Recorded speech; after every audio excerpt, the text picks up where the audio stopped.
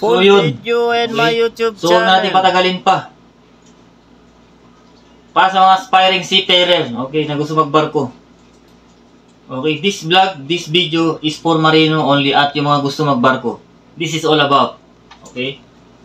This is all about basic training and yung COP. Okay?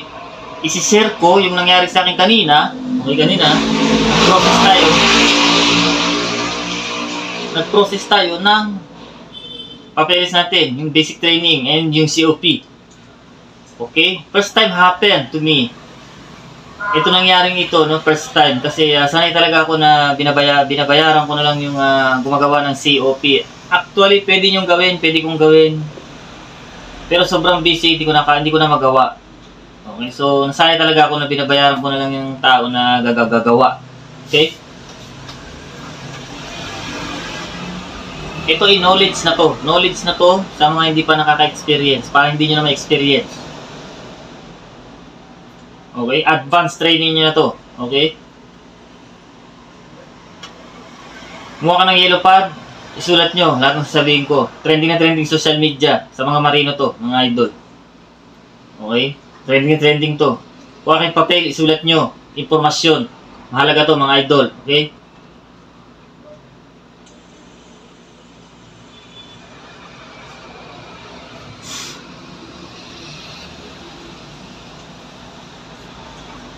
So, para hindi na ma-experience ang iba, eto na, i-advance ko na sa inyo, idol.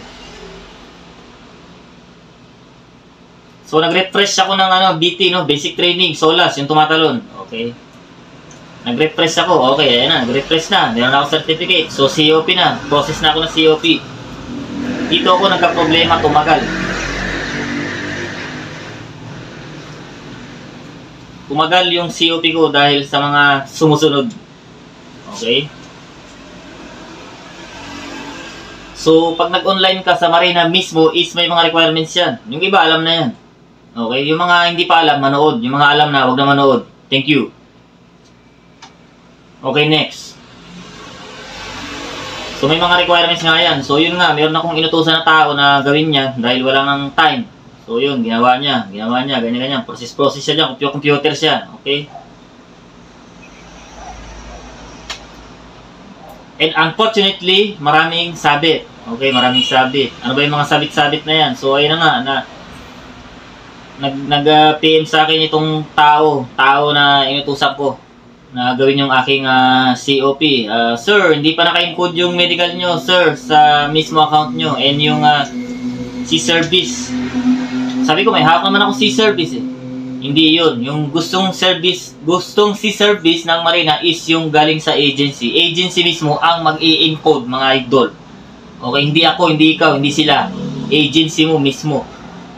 From agency. Yun ang requirements ng Marina. Okay, so nag-email ako sa agency. So pinag-report ako na ganyan-ganyan. Report to me tomorrow. Okay. Report to me tomorrow. Report daw ako sa kanya. Okay, report ako sa kanya. Sabi, iniisip ko lang, bakit kailangan pa ako mag-report? Kung kaya niya naman gawin. So, pinagre-report ako, ibig sabihin, may mga katanungan siya na kailangan nandoon ako. Okay? COP lang yan, mga idol. COP lang yan. Tumagal tayo ng almost 3 weeks dahil sa COP na yan. COP na lang yung kulang ko, mga idol. So, tumagal tayo dahil dyan sa COP na yan. COP.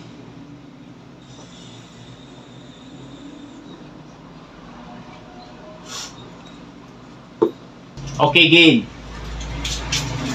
So, binablog ko na para di ma-experience ng iba. Okay, take note. Take note nyo yan. So, yun na tayo sa C-Service. So, report ako sa ground floor. Tapos, okay na. Type. May mga katanungan yung agency sa akin. Ako lang makakasagot. Sinagot ko lahat. Ganyan-ganyan. Kailangan seaman's book nyo, passport nyo, dala nyo. Okay, luma, bago. Okay. So, dalawa yung passport ko. No? Yung isa luma. May mga detalye pa rin na kailangan. Huwag nyo muna itapon yung luma yung passport. May mga detalye dyan na doon nyo lang makikita sa passport. May mga tatak, may mga stamp. Okay? So, ito na tayo. Yun. Hindi ko pa alam ng problema. Pag pinakyat ako ng 4th floor, pag akyat ko ng 4th floor, doon ko nakita yung problema. Kung na-computer na naman ng karap ko, computer na naman siya. Sabi niya, sir, Tilapan nyo to, ganyan-ganyan. Signing kayo dito, scan kayo nito, ganyan-ganyan. Okay, yan. Fill up na ako. So yun, doon ko nakita yung problema.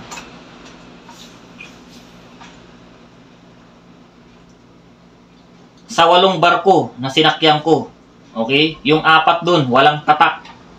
Walang tatak bago ka bumaba sa barko. Okay? Although may binigay na yung agency na si service, so nandun lahat, 8 barko, sampa, umakyat, bumaba, yan, nandiyan na lahat, detalyado na. Pero meron kang kailangan tingnan dun sa Seaman's Book na nandun lang, sa stamp, sa tatak ng crew parcel, sa cruise ship, okay? So yun na nga, naghanap-hanap na ako, no? 3, so 3. Yung 5 lahat, may tatak. Bago umakyat ng barko, bago bumaba, may tatak. Pero yung 3 barko, walang tatak. Hindi ko naman na-check. Lately ko lang nakita. Okay, lately ko lang nakita na walang tatak.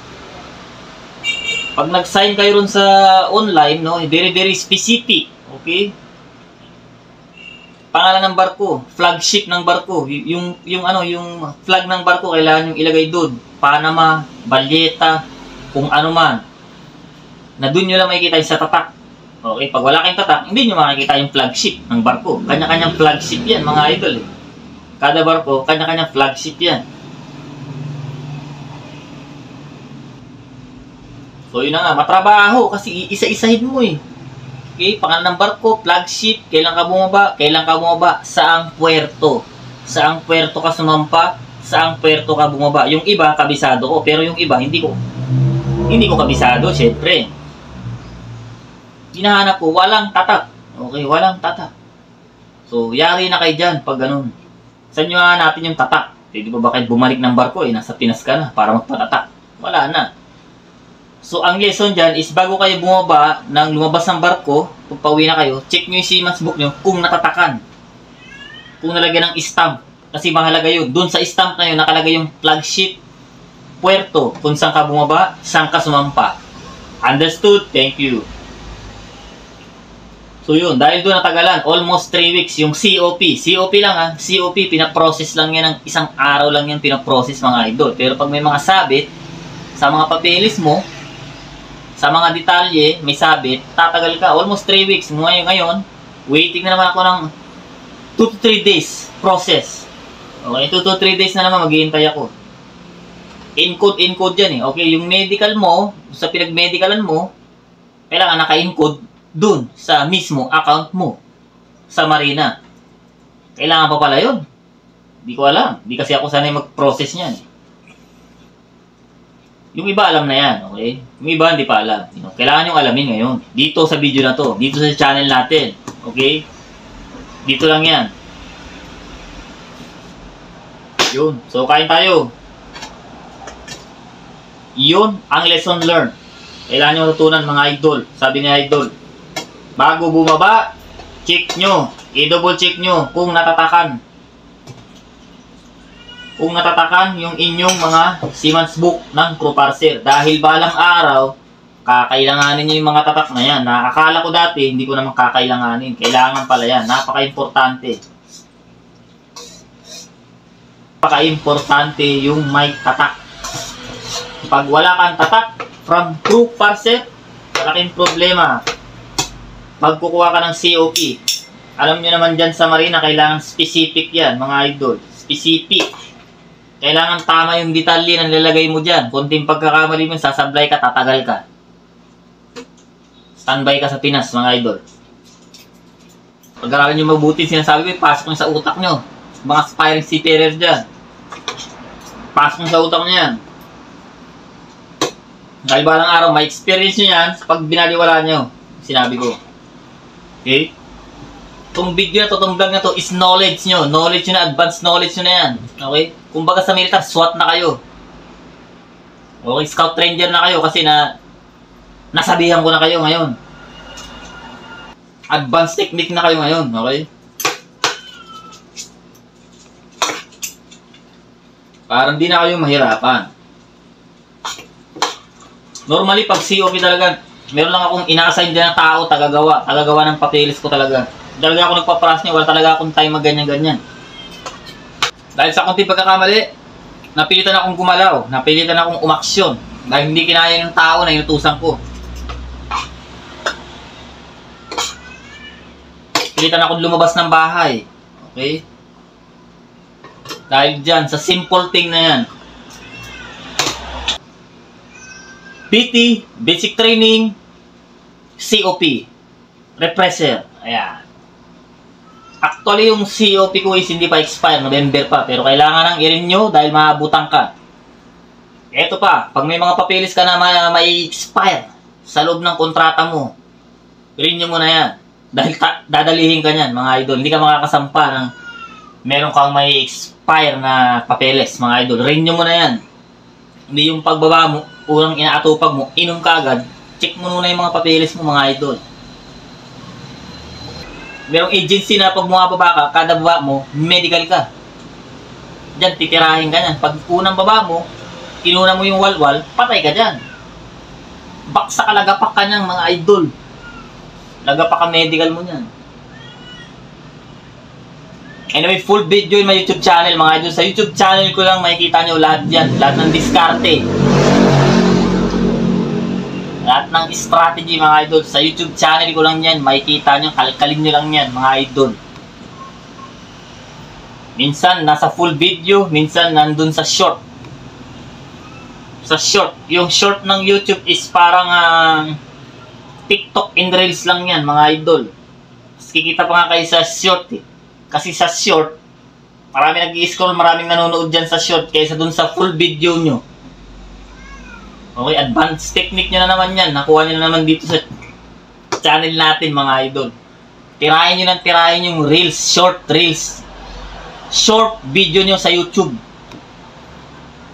Okay, YouTube short, kung tawagin yan. Tirahin nyo, tirahin, lagapakan nyo ng lagapan ng mga video yan pag nakachamba kayo dyan, 10 million, 20 million views. Automatic na million ang kikitain nyo dyan, mga idol. Sabi ni idol.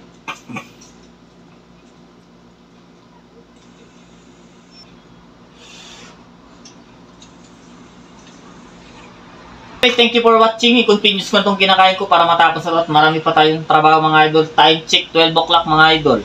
Pero marami pa tayong gagawing trabaho, mga idol. Okay? Thank you for watching. Thank you sa lahat ng mga supporters, sa mga nanonood dyan. Around the world, worldwide. Worldwide tayo, mga idol. Worldwide itong channel natin, international. Nakita nyo naman sa title ng YouTube channel natin. International, worldwide. Lahat ng uri ng tao, ng klase ng tao na nanonood dito sa video natin. Thank you. Ciao, ciao.